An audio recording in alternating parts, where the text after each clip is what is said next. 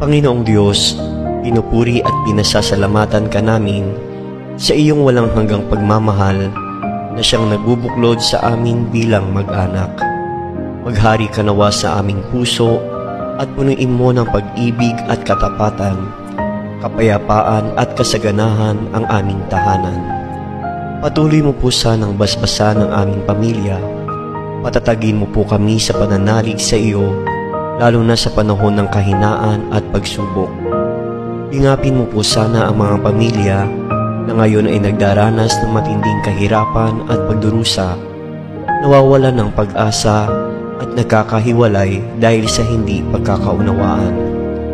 Turuan mo po kaming laging magpasalamat sa biyaya ng buhay, pananampalataya at kaligtasan.